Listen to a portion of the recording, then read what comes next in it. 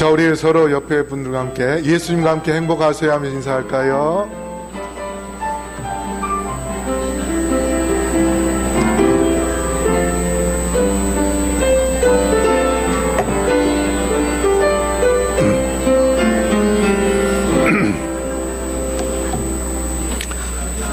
예, 오늘 우리 교회 전에 우리 연합회장님이셨던 한상훈 목사님이 우리 교회 방문하셨습니다. 우리 박수로 환영하실까요? 예.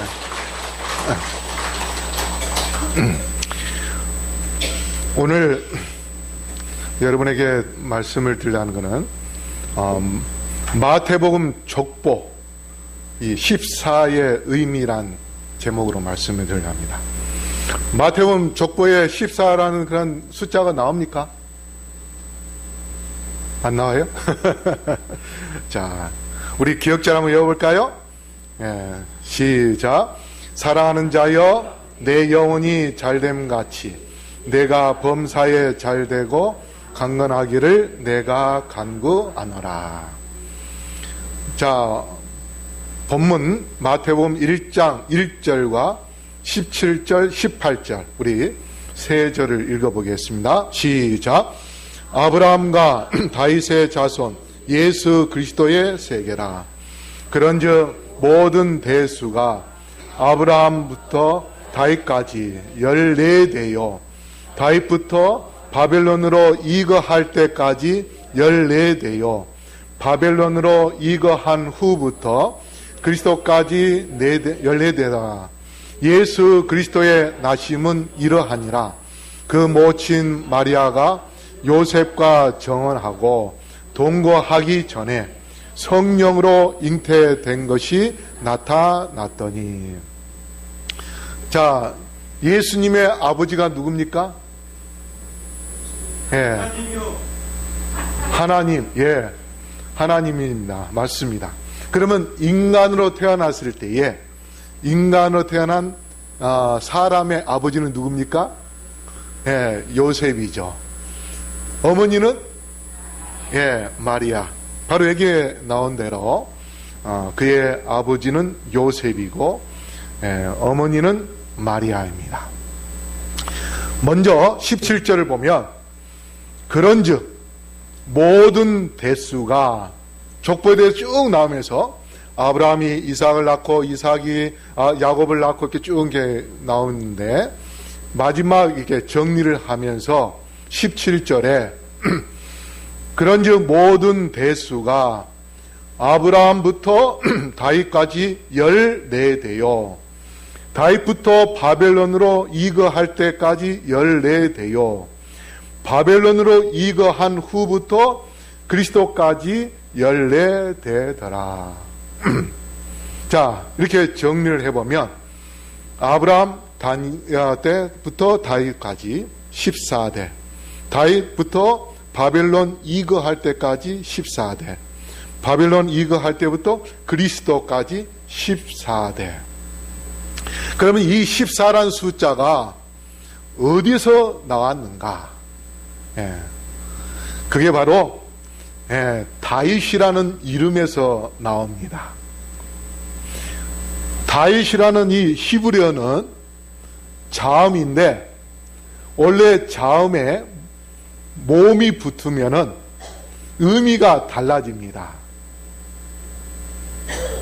그런데 모음을 다 뺀 자음만 가질 때에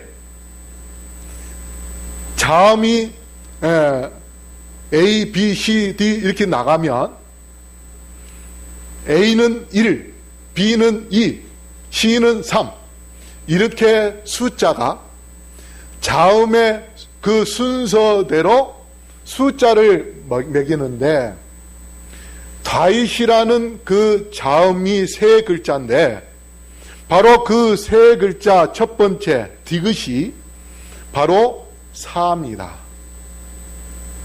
그리고 B가 6이고 그 다음에 또 디귿이 4. 그래서 다윗이라는 자음 3개를 다 합치면은 얼마가 돼요? 14가 됩니다.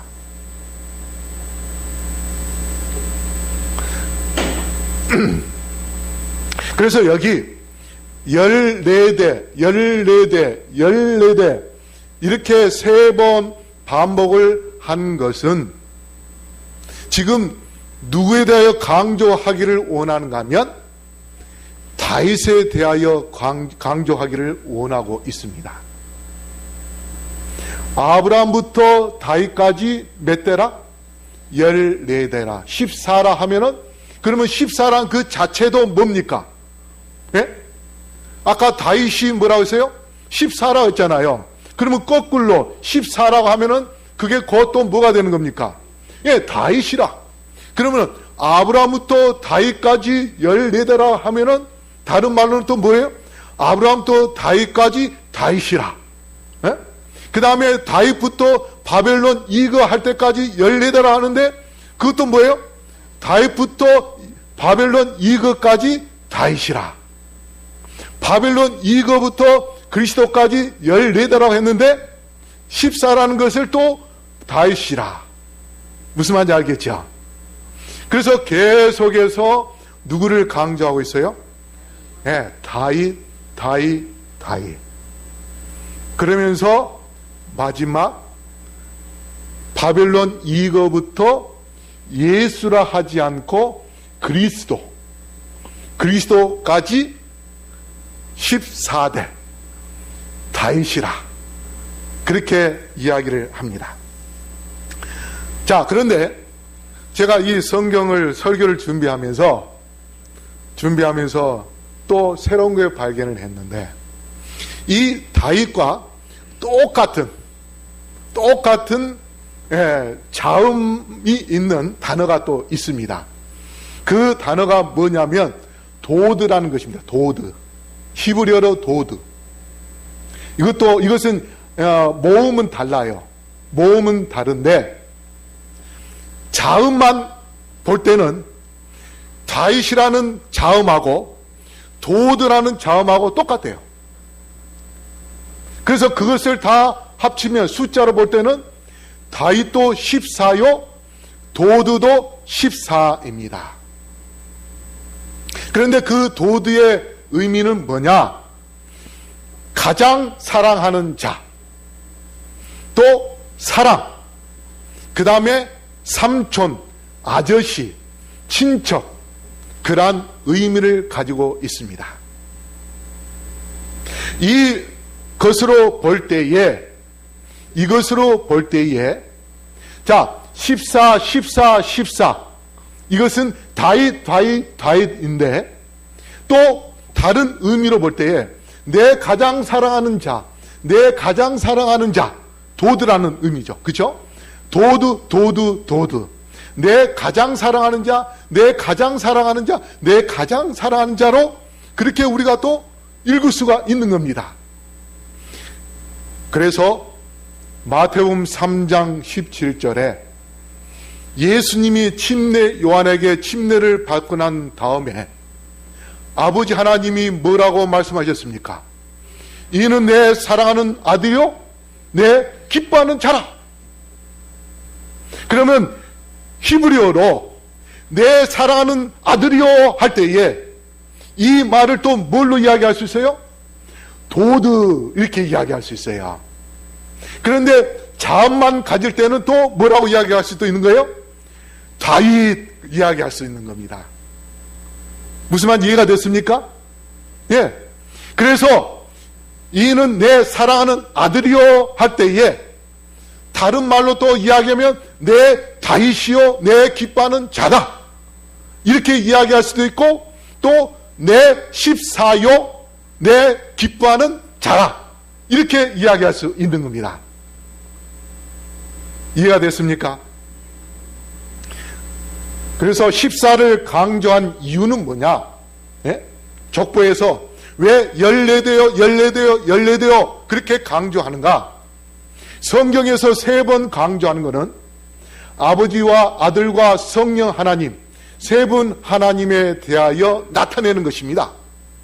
여호와로라 할 때는 아버지 하나님과 아들 하나님과 성령 하나님을 나타낼 때 여호와로다 이렇게 이야기하는 것입니다. 그래서 3번 강조하는 것은 3분 하나님의 완전함을 의미하는데, 14대다, 14대다, 14대다 이렇게 3번 강조하는 것은 완전한 예수님에 대하여 강조하는데, 그 예수님이 조상인 누구의 자손이다? 다윗 왕의 자손이다. 이것을 확실하게 강조하기 위하여 3번 그렇게 강조했던 것입니다. 그러면서도 똑같이 아까도 이야기했듯이 다윗, 도드 같은 자음인데, 아버지 하나님께서 예수님을 이 땅에 보내주셔서 그 예수님은 우리를 아버지 하나님께서 가장 사랑하는 아들이라는 것을 보여주는 것이고, 그뿐만 아니라 바로 그 사랑하는 아들을 이 지옥 같은 세상으로 보내주신 것은 결국 누구를 사랑하시기 때문에 그런 겁니까? 바로 우리를 아버지 하나님께서 가장 사랑하신다는 것을 나타내기 위하여 14대라 14대라 14대라 그것을 이야기하는 것입니다. 그뿐만 아니라 예수님은 우리와 전혀 상관없이 갑자기 하늘에서 뚝 떨어진 분이 아니라 우리 인간의 몸을 갖고 태어나신 우리와 똑같은 인간이요. 어떤 사람에게는 예수님이 아저씨가 될 수 있고, 또 누구나 될 수 있어요? 삼촌이 될 수 있고, 또 우리한테는 형님이 될 수 있고 오빠가 될 수도 있는 그러한 친척 관계, 우리 인간과 똑같은 핏줄을 갖고 태어난 그러한 인자, 사람의 아들이라는 것을 강조하기 위하여 14라는 숫자를 사용한 것입니다. 그런데 이 족보를 3단계를 3시대로 분류를 한다면, 아브라함부터 다윗까지는 왕국의 시작과 형성입니다. 다윗 왕 때에 이스라엘 땅이 가장 넓었습니다. 우리나라 옛날 삼국시대부터 지금까지 가장 넓은 때가 어느 왕 때였습니까? 고구려의 누구 왕? 광개토왕이었습니다. 광개토왕은 지금 중국의 지린성, 길림성이라 하죠. 그 전체가 다 옛날에는 고구려 땅이었습니다. 제가 이 광개토왕 비석이 있는 곳에 가봤어요. 비석을 보고 왔습니다. 거기다 세운 이유는 뭐냐면 그 땅이 고구려 땅이었기 때문에 그렇습니다. 그와 마찬가지로 이스라엘에서 가장 왕성하고 가장 땅을 넓게 차지한 때가 어느 왕 때였냐면 바로 다윗 왕 때였어요. 그래서 로마 속국에 있는 유대인들에게 누가 가장 선망의 왕이었을까요? 바로 다윗 왕이었습니다. 그런데 그 다윗 왕 때에 왕국의 시작과 형성이었고, 그 다음에 다윗 왕 때부터 바벨론 이거할 때까지는 왕국이 타락합니다. 우상 숭배함으로써 타락해요. 솔로몬 때부터 타락했습니다. 그렇게 하면서 그 나라가 2개로 쪼개지고, 그 다음에 우상 숭배하면서 점점 타락해가지고 결국 멸망을, 북방 이스라엘이 먼저 멸망당하고 그 다음에 남방 유다가 멸망을 당합니다. 그렇게 하여 어디로 갔어요? 바벨론으로 끌려갔습니다. 바벨론에서 포로 생활을 하고 난 다음에 다시 돌아와서는 사실 왕 같은 왕이 없었어요. 그러다가 마지막 예수님이 이 땅에 오셔서 이제 그 예수님이 육적인 그런 이스라엘의 왕으로 보다는 이제 영원한 왕국을 재창조하는 그 일로 예수님이 이 땅에 오신, 그래야 우리를 구속해 주시를 그러한 예수님이 이 땅에 오실 것에 대한 내용으로 14대 14대 14대 이렇게 나눴습니다. 그렇게 함으로 예수님은 우리에게 만왕의 왕 되시는 그러한 그리스도로 이 땅에 오신 것에 대하여 나타내기 위해서 유대의 왕이지만 결국 예수님은 만왕의 왕이시라는 것을 드러내기 위하여 마태가 그 족보를 아브라함부터 기록을 해온 것입니다. 그러므로 우리가 예수 그리스도를 우리가 왕으로 모시게 되면 우리는 만왕의 왕 되시는 예수님의 참 백성이 되는 것이고, 그분이 이 땅에 재림하시게 되면 우리는 하늘나라에서 이제 만왕의 왕이요 만주의 주 되시는 예수님을 영원히 섬기는 그러한 하늘나라 백성이 될 수 있음을 보여주시기 위하여 족보를 이렇게 기록함을 기억하시고, 만왕의 왕 예수님을 진정으로 우리의 그리스도로 모시는 주님의 백성들이 되기를 이 시간에 간절히 바라겠습니다. 그 다음에 1절에 아브라함과 다윗의 자손 예수 그리스도의 세계라 했습니다. 자, 여기 보면 아브라함과 다윗의 자손이라고 했는데 왜 마태복음 1장에서 족보가 먼저 나오는가? 그 이유는 구약의 언약, 구약에서는 누가 오실 것에 대해 계속 언약하고 예언을 했습니까? 예수님, 메시아 예수님이 이 땅에 오실 것에 대하여 예언하고 언약을 하신 것을 말씀하셨습니다. 그런데 갑자기 예수님이 탁 나타났다 해버리면은 어떻게요? 사람들이 아니 그분이 왜 어디서 어떻게 그렇게 어리둥절할 거예요. 그러나 그 족보를 기록을 함으로 인하여 하나님께서 구약에 아담부터 여자의 후손을 보내고 그 다음에 아브라함에게도 약속하시고 그 다음에 다윗 왕에도 약속하시고 그렇게 해서 쭉 내려와가지고 유다 지파를 통하여 왕족이 쭉쭉쭉쭉 내려와서 그 족보대로 예수님이 이 땅에 탄생하셔서 구약에 언약하고 구약에 예언했던 그 모든 말씀들이 예수님이 탄생함으로 성취되었다는 것을 보여주기 위하여 마태복음 1장에 족보를 기록한 것입니다. 우리가 보면은 뼈대 있는 집안은 뭐가 있습니까? 족보가 있죠. 옛날에 족보 없는 집들은 어떻게 해요? 돈 주고 샀어요. 그래서 이 사람이 어떻게 살아왔을까? 이 사람들의 조상은 또 누구였을까? 그걸 통하여 사람들이 뭐요? 품성을 보고 어디 성신을 갖고 있나? 거기에 따라서 쌍놈이 집안이야 양반 집안이야 또 결정하고. 제가 김해김가인데 김해김가 때문에 결혼 못할 뻔했어요. 제 장인 어른이 충청도 분이라 양반을 따지는입니다. 그래가지고 양반 집안에 김해김가는 쌍놈 집안이라고 장가 가는 것에 반대를 하셨어요. 처음에. 이 족보에 따라서 운명이 또 달라질 수 있는 겁니다.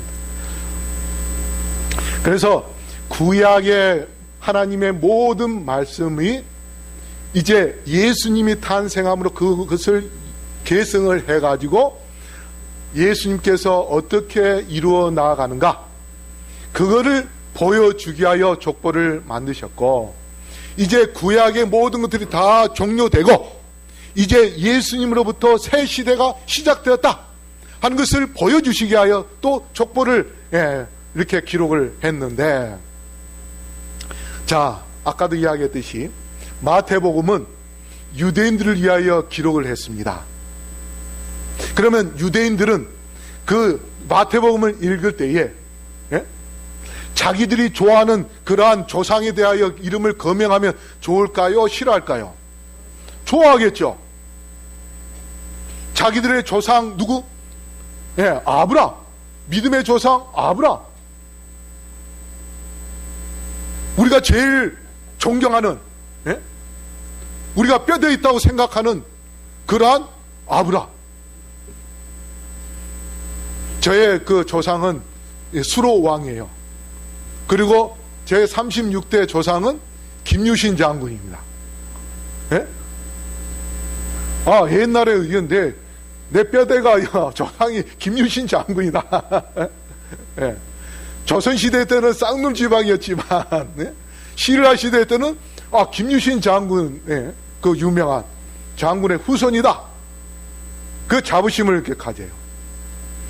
그와 마찬가지로 유대인들에게 마태복음을 썼기 때문에, 유대인들을 위하여, 그러면 유대인들이 예수님이 우리가 그렇게 존경하는 아브라함의 자손이네? 뼈대 있는 집안이네? 그 다음에 가장 존경한, 유대인들이 가장 존경한 왕이 누구냐면 다윗 왕입니다. 그런데 그 다윗 왕의 또 뭐예요? 후손이에요. 또 14대 하면서 계속 다윗 강조도 하면서 이야기하는. 그런데 바로 그것에 대하여 아주 중요한 결론적인 단어가 뭐냐면, 자, 마태복음 1장에서는 예수에 대하여 기록했어요. 마리아에게 뭐라고 이야기했습니까? 이름을 뭐라고 지어라? 예수라고 지어라. 예수는 뭡니까? 자기 백성을 저희 죄에서 구원할 자. 그것에 대하여 강조했는데 1장 1절에서 제일 처음에는 예수 그리스도가 나와요. 왜 그리스도가 나올까요? 그리스도는 헬라어고 히브리어는 뭡니까? 메시아입니다. 메시아는 뭡니까? 기름 부음을 받은 자. 그래서 기름 부음을 받은 자가 어떻게 해서 이 땅에 태어나게 됐는지, 아브라함부터 다윗, 그 다음에 예수 그리스도의 세계에 대하여 우리가 이해하려면, 하나님께서 아담에게 먼저 창세기 3장 15절에 누구를 보내주겠다고 예언하셨습니까? 여자의 후손을 보내주겠다. 그 여자의 후손은 누굽니까? 바로 예수님이에요. 그 다음에 아브라함에게 창세기 22장 18절에 또 내 씨로 말미암아 천하 만민이 복을 받으리라. 네? 내 자손이 복을 받으라가 아니고 천하 만민이 복을 받으리라. 누가? 내 씨는 누굴까요? 바로 예수님입니다. 예수님을 통하여 모든 민족들이 복을 받을 것이라고 그렇게 예언하셨어요. 그 다음에 다윗 왕에게 사무엘하 7장 12절 13절에 내 몸에서 날 내 씨를 내 뒤에 세워 그의 나라를 견고하게 하리라. 13절에 나는 그의 나라 왕위를 영원히 견고하게 하리라. 바로 다윗의 씨를 통하여서 이 땅에서 아닌 영원한 나라를 세울 것에 대하여 말씀하고 계십니다. 그래서 아담과 아브라함과 다윗에게 예수님이 이 땅에 태어날 것에 대하여 예언을 주셨어요.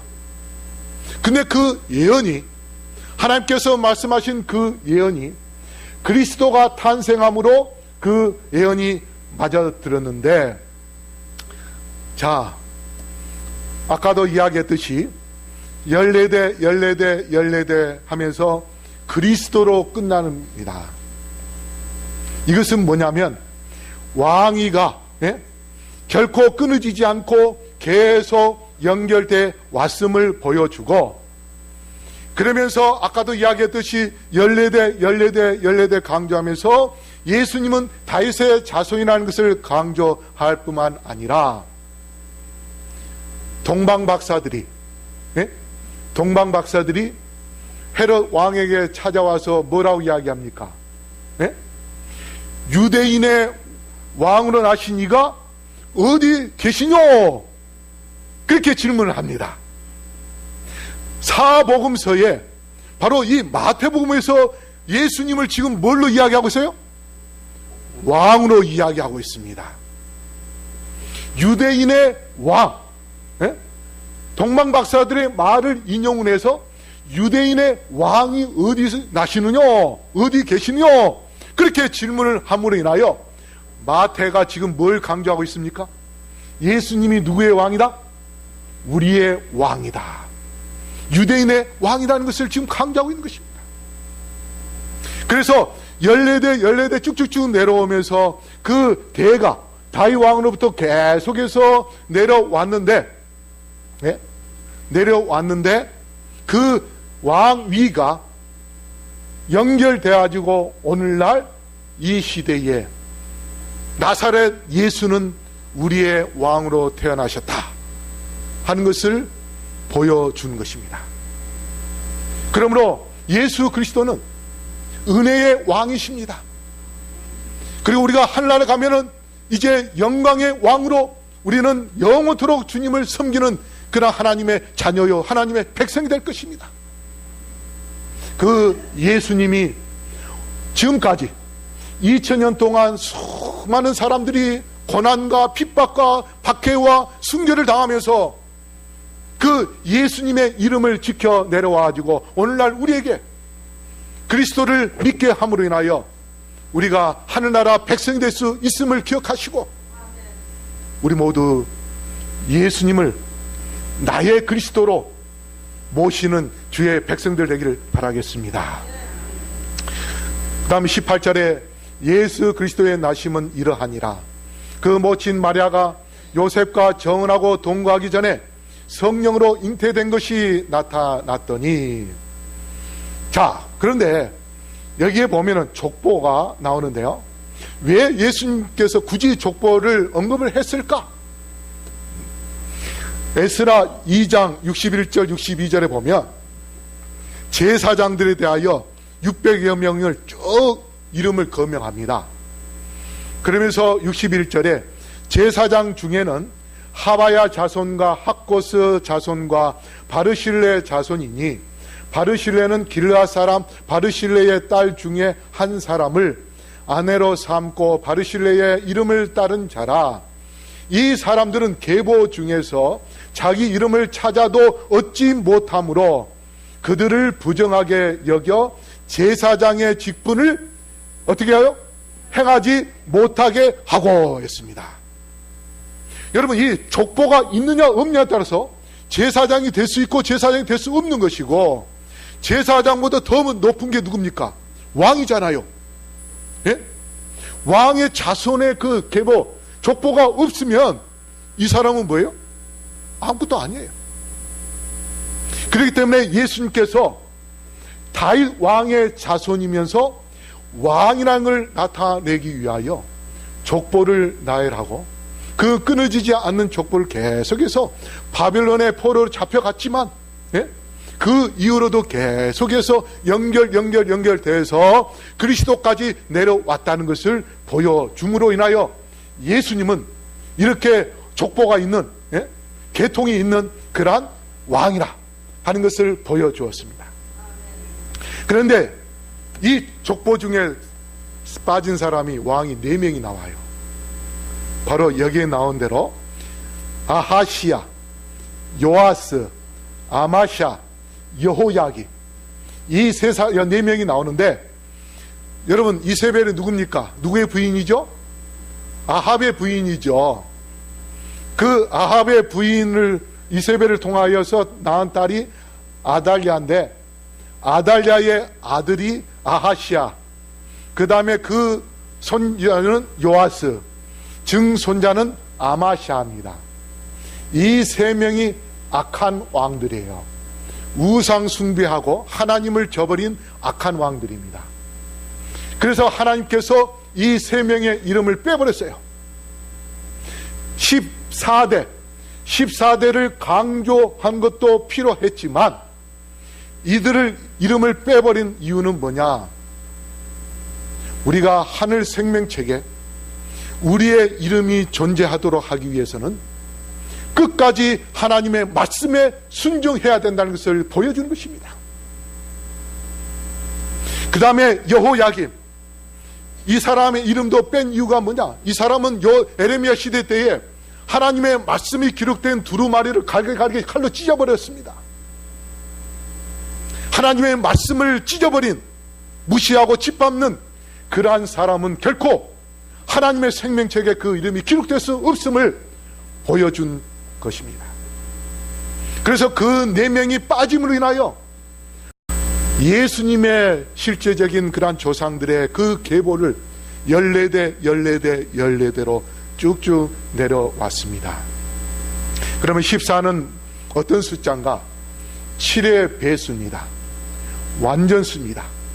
그래서 예수님이 완전한 다윗의 자손이라는 것을, 그리고 왕이라는 것을 강조하기 위하여 14, 14, 14, 그것도 3번이나 강조했습니다. 그런데 여기서 그리스도라고 한 이유는 뭐냐?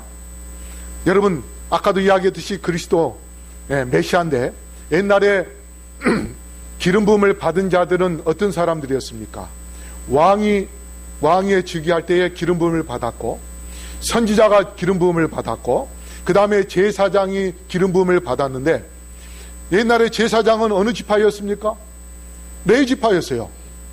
근데 예수님이 레위 지파도 아닌데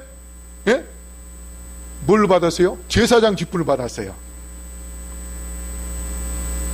근데 제가 이 말씀을 연구해서 곰곰이 생각을 해보니까, 예수님의 어머니 마리아하고 사가랴, 제사장이었죠, 침례 요한의 아버지 사가랴 부인 엘리사벳하고 무슨 관계라 했어요? 친척 관계라 했어요. 그러면 예수님의 엄마가 레위 지파하고 뭐예요? 친척 관계예요. 그걸 통해서 볼 때에 예수님이 요셉의 씨로 태어나지는 않았지만 족보상 요셉의 아들이잖아요. 근데 실제 몸은 레위 지파와 관계되어 있는 그런 몸으로 예수님이 탄생하셨어요. 그것으로 볼 때에 예수님은 왕으로, 제사장으로, 선지자로 이 땅에 기름 부음을 받고 태어나셨어요. 그래서 마지막 다윗 왕부터 시작해서 마지막 그리스도로 끝난 것이 예수님이 기름 부음을 받은 그러한 왕이라는 것을 드러내기 위하여 그리스도로 끝났습니다. 그래서 우리가 참으로 이 마태복음 1장에 나오는 14의 의미가 이렇게 아주 중요한 의미를 갖고 있는데, 그러면 마태가 유대인들을 위하여 마태복음을 썼지만, 마태복음을 썼지만 사실은요, 친유대주의적인 사상으로 쓴 것이 아니라 그의 결론을 볼 때는 반유대적인 결론입니다. 그게 뭐냐면, 마태복음 1장 1절에서는 아브라함과 다윗의 자손 예수 그리스도의 세라, 그렇게 시작을 했지만 결론은 뭡니까? 맨 마지막 장 마지막 절에는 내가 세상 끝날까지 누구와 함께 하리라? 너희와 항상 함께 있으리라. 너희는 누굽니까? 바로 영적 이스라엘 백성입니다. 바로 우리입니다. 아브라함의 육신적인 그런 피를 갖고 태어난 백성이 아니라 예수 그리스도를 믿고 예수 그리스도를 개인의 구주로 받아들이고 예수 그리스도를 만왕의 왕으로 받아들이는 바로 여기에 있는 우리가 예수님의 백성이요, 예수님의 자녀인 것입니다. 바로 그분이 우리에게 약속하기를 세상 끝날까지 우리와 함께 하겠다고 약속하셨습니다. 그래서 예수님은 유대인들을 위하여 이 땅에 오신 것이 아니고, 유대인으로 태어나셨지만 예수님은 누구를 위하여 오셨다고요? 만인을 위하여 오셨다고 하셨습니다. 그러므로 이 마태복음의 마지막 결론 부분이 우리에게 희망을 주고 있습니다. 그런데 아까도 이야기했듯이 도두, 다윗과 똑같은 자음이 도두, 이것이 하나님께서 가장 사랑하는 자, 우리를 사랑한다는 그런 표현으로 그렇게 말씀하셨기 때문에 우리 성도 여러분, 하나님은 우리를 가장 사랑하시는 분이십니다. 그래서 그의 아들 독생자 예수님을 이 땅에 보내주셨습니다. 그분이 죽기까지 우리를 사랑하셨습니다. 그러한 사랑의 하나님을 우리 모두 다 사랑하셔서 주께서 이 땅에 오실 때에 우리 모두 다 하늘나라에서 영원토록 만왕의 왕이요 만주의 주 되시는 예수님을 섬기는 주의 백성들 되기를 바라며 말씀을 마치겠습니다. 아버지 하나님, 저희들을 사랑하셔서 독생자 예수 그리스도를 이 땅에 보내주시기까지 사랑하시는 주님의 은혜와 주님의 크신 사랑을 다시 한번 깨닫게 해주셔서 감사합니다. 우리 모두가 다 우리를 위하여 십자가 달려도 하신 예수님을 마음에 모시며 주님을 믿고 끝까지 충성을 다할 수 있도록 성령으로 인도하여 주시옵소서. 그래 주께서 이 땅에 재림하실 때에 기쁨으로 주님을 맞이하고 하늘나라에서 영원토록 주님을 찬양하며 주님께 영광 돌리면서 살아가는 우리 모두가 되게 하여 주시옵소서. 오늘도 헌금을 드린 주님의 자녀들에게 은총을 베풀어 주시고 가정가정의 평강과 풍성함이 있게 하여 주시옵소서. 또 이 헌금을 통하여 많은 영혼들을 구원할 수 있는 구원의 통로가 되게 하여 주시옵소서. 이제는 예수 그리스도의 다음없는 사랑과 아버지 하나님의 놀라우신 은혜와 성령의 교통하심이 여기 머리 숙인 영혼들에게 영원토록 하여 주시옵기를 우리를 사랑하시며 끝까지 함께 하시겠다고 약속하신 예수 그리스도 이름으로 간절히 축원하옵나이다. 아멘.